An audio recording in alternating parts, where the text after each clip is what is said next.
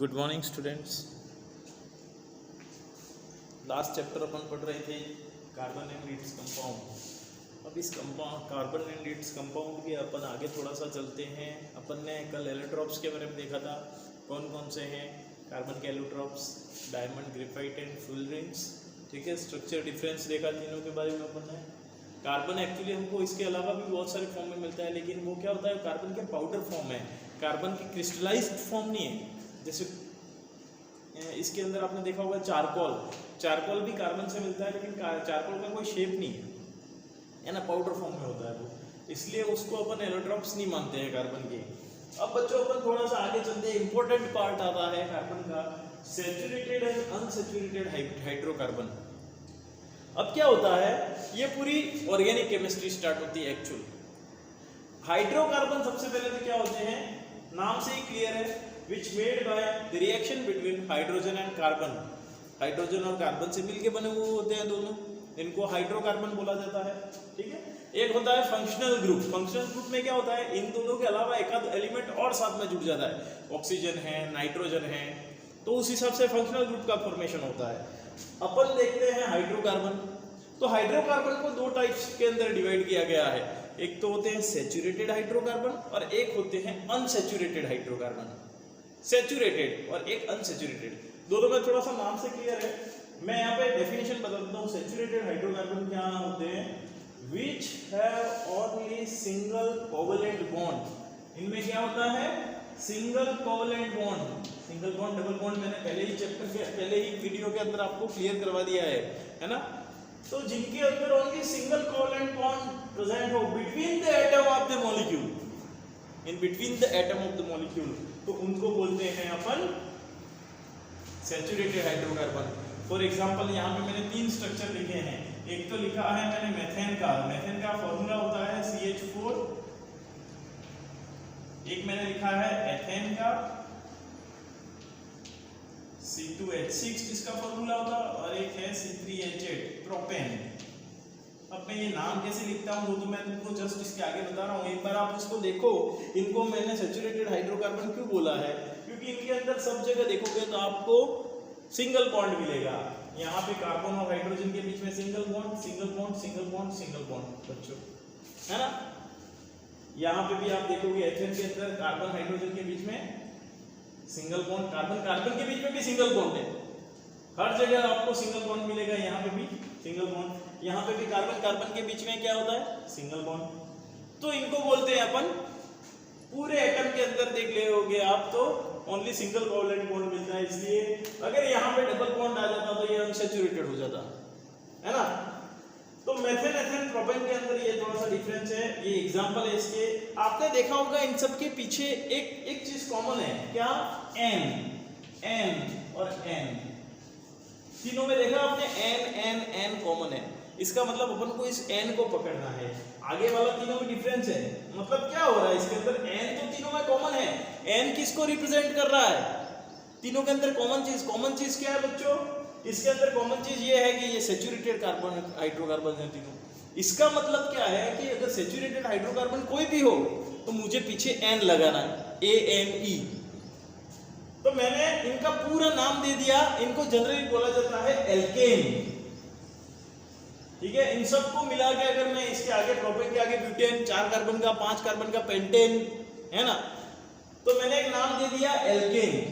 इसमें क्या किया मैंने, जो आगे वाला नाम है उसमें तो नंबर ऑफ कार्बन कितने हैं वो बताएगा हमको, और पीछे वाला जो नाम है ना एन, वो हर किसी के अंदर सफिक्स मतलब नाम के बाद में जुड़ने वाला एन लग जाता है ना। तो इनको जनरली बोला जाता है एल्केन, है ना। अब इनका फॉर्मूला क्या होता है, सबसे फर्स्ट एल्केन जो होती है आपने देखा CH4, मेथेन बोलते हैं मेथेन। तो इसके लिए फॉर्मूला बनता है, आपको ये फॉर्मूला पता होना चाहिए, CnH2n+2। अब n क्या है, नंबर ऑफ कार्बन। जैसे मेरे पास में यहाँ पे नंबर ऑफ कार्बन में मैं n = 1 ले लूं सबसे पहले, तो n की जगह 1, H की जगह कितना आएगा, 2 × 1, 2 + 2 4। इसका मतलब CH4 आ गया फर्स्ट। अगर n की जगह 2 ले लूं तो C2 हो जाएगा, H की जगह क्या होगा 2 2 जा 4, 4 + 2 6, C2H6। अगर 3 ले लो तो क्या फॉर्मूला बनेगा C3H6 और 8। देखो बच्चों मैंने यहाँ बनाया ये CH4 C2H6 C3H8 है ना। तो ये तीनों बनते किससे हैं फॉर्मूले से, जिनका फॉर्मूला क्या है CnH2n+2। अब इनका नाम कैसे लिखते हैं, तो नाम लिखने के लिए एक्चुअली अपन एक टेबल बना देते हैं, उस टेबल के थ्रू अपन सीखते हैं इनका नाम कैसे लिखा है मैंने, है ना। अभी मैं आपको IUPAC नाम नहीं बता रहा हूँ। सबसे पहले तो आपको पता होना चाहिए कि कार्बन की वैलेंसी कितनी होती है 4 होती है, 4 वैलेंसी होती है। इसका मतलब सिंगल बॉन्ड से अगर कहीं जुड़ता है कार्बन तो 4 सिंगल बॉन्ड बना सकते हैं कार्बन के अंदर। यहाँ पे मैंने एक ये बनाया है, एक ये, 3 और 4 वैलेंसी होती है कार्बन की, इसलिए 4 सिंगल बॉन्ड मैं बनाऊंगा। अगर यहाँ पे मैंने बताया देखो कार्बन के 3 को हाइड्रोजन के साथ में जोड़ दिया और एक कार्बन के साथ में जोड़ दिया, तो इस कार्बन की चारों वैलेंसी हो गई। यहाँ पे भी इस कार्बन के मैंने 4 बनाए हैं, 1 2 3 और ये 4। ऐसा नहीं है कि इस कार्बन का फिर से मैं एक बनाऊंगा, ये दोनों के बीच में कॉमन है ना।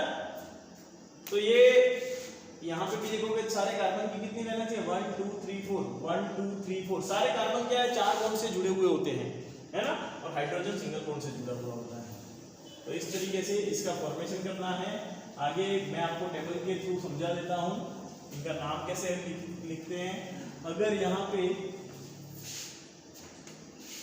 N का जो बात कर रहा हूँ मैं, है ना, CnH2n+2 है, CnH2n+2 ये फॉर्मूला है हमारा। N मतलब नंबर ऑफ कार्बन, है ना। तो सबसे पहले प्रीफिक्स मतलब आगे का नाम क्या आएगा प्रीफिक्स, प्रीफिक्स बाद में लगा देते हैं, हाँ प्रीफिक्स ही ले लेते हैं। कितने हाइड्रोजन के साथ में जुड़ सकता है और फॉर्मूला क्या बनेगा इसका, ठीक है। और सफिक्स क्या लगता है और नेम और स्ट्रक्चर भी खींच लेते हैं ताकि आपको पता चल जाएगा इसका स्ट्रक्चर कैसा होता है ना। देखो बच्चों थोड़ा सा इसमें ध्यान देना, आप लोग कोई खास बात नहीं है ना। अगर n = 1 है, n = 0 हो तो कार्बन 0 है, इसका मतलब उसकी तो बात ही नहीं होगी। अगर n = 1 है बच्चों तो हर हमेशा हम प्रीफिक्स लगाते हैं मैथ, क्या लगाते हैं मैथ। अगर n = 2 है तो अपन प्रीफिक्स लगाते हैं ETH।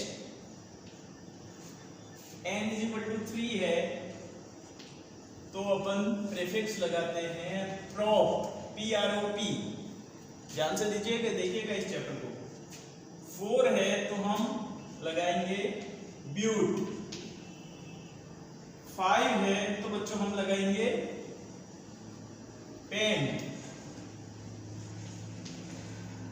6 है तो हम लगाएंगे प्रीफिक्स हेक्स।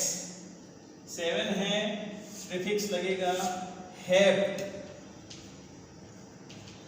8 है तो प्रीफिक्स लगेगा ऑक्ट। 9 है प्रीफिक्स लगेगा, आप 8 तक याद कीजिए, 8 काफी है ना, 8 के आगे आपके सिलेबस में नहीं है। वैसे उसके अलावा नॉन-एन डेकेन ये सब होता है ना। अब यहाँ पे देखोगे n = 1 किया है तो अपना प्रीफिक्स लगाना है मैथ, है ना। सफिक्स तो एक्चुअली क्या होता है सबके पीछे एक ही लगता है, क्योंकि ये क्या है सारे के सारे हल्के हैं इसलिए n ही लगता है। थोड़ा सा आज के लिए आपको ऐसा लगेगा कि क्या सब बता रहे हैं यूं, लेकिन एक बार देखोगे तो फटाफट कल करने लग जाओगे। फॉर्मूला क्या बनेगा बच्चों, n = अगर मैं 1 लेता हूं तो फॉर्मूला क्या बनता है CH4। अगर मैं n = T2 लेता हूं तो फॉर्मूला क्या बनता है C2H6। n = 3 लेता हूं तो क्या बनता है C3H8। अच्छा ऐसा अगर फॉर्मूले से नहीं आए तो आपको पता होना चाहिए कि C4 आते ही क्या हो जाएगा, ये दो का गैप आ रहा है तो मेरे को अगले में C4H10 मिलेगा, उसके आगे क्या मिलेगा C5H12, उसके आगे क्या मिलेगा C6H14, उसके आगे क्या मिलेगा मेरे को C7H16, आगे क्या मिलेगा बच्चों C8H18। ऐसा मेरे को मिलेगा फॉर्मूले से चलूं तो भी नहीं चलूं तो। सफिक्स क्या लगेगा सबके पीछे, क्योंकि ये क्या है, सैचुरेटेड हाइड्रोकार्बन है, एल्केन बोला जाता है इनको, तो एन मैंने पहले ही बता दिया, इन सबके पीछे आपको क्या लगाना है, एन लगाना है।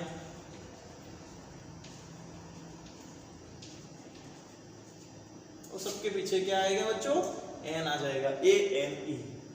अब इनका नाम देखते हैं अपन कि अगर जब n=1 का कोई ऐसा CH4 जैसा आया, एक्चुअली इस पूरे का नाम क्या आएगा, CH4 का नाम क्या है, तो हमको प्रेफिक्स लेना है, जो आगे वो मैथ लेना है, पीछे लगाना है। कार्बन एक है इसलिए मैं यहाँ पे मैथ ले रहा हूँ, है ना, अगर 2 कार्बन होता तो एथ लेता हूँ, ठीक है।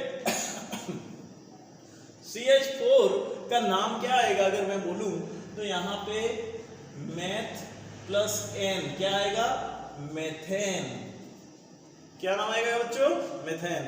अगर मैं सेकंड की बात करूं, C2H6 है, इसका नाम क्या आएगा, तो इसका नाम आएगा बच्चों एथेन।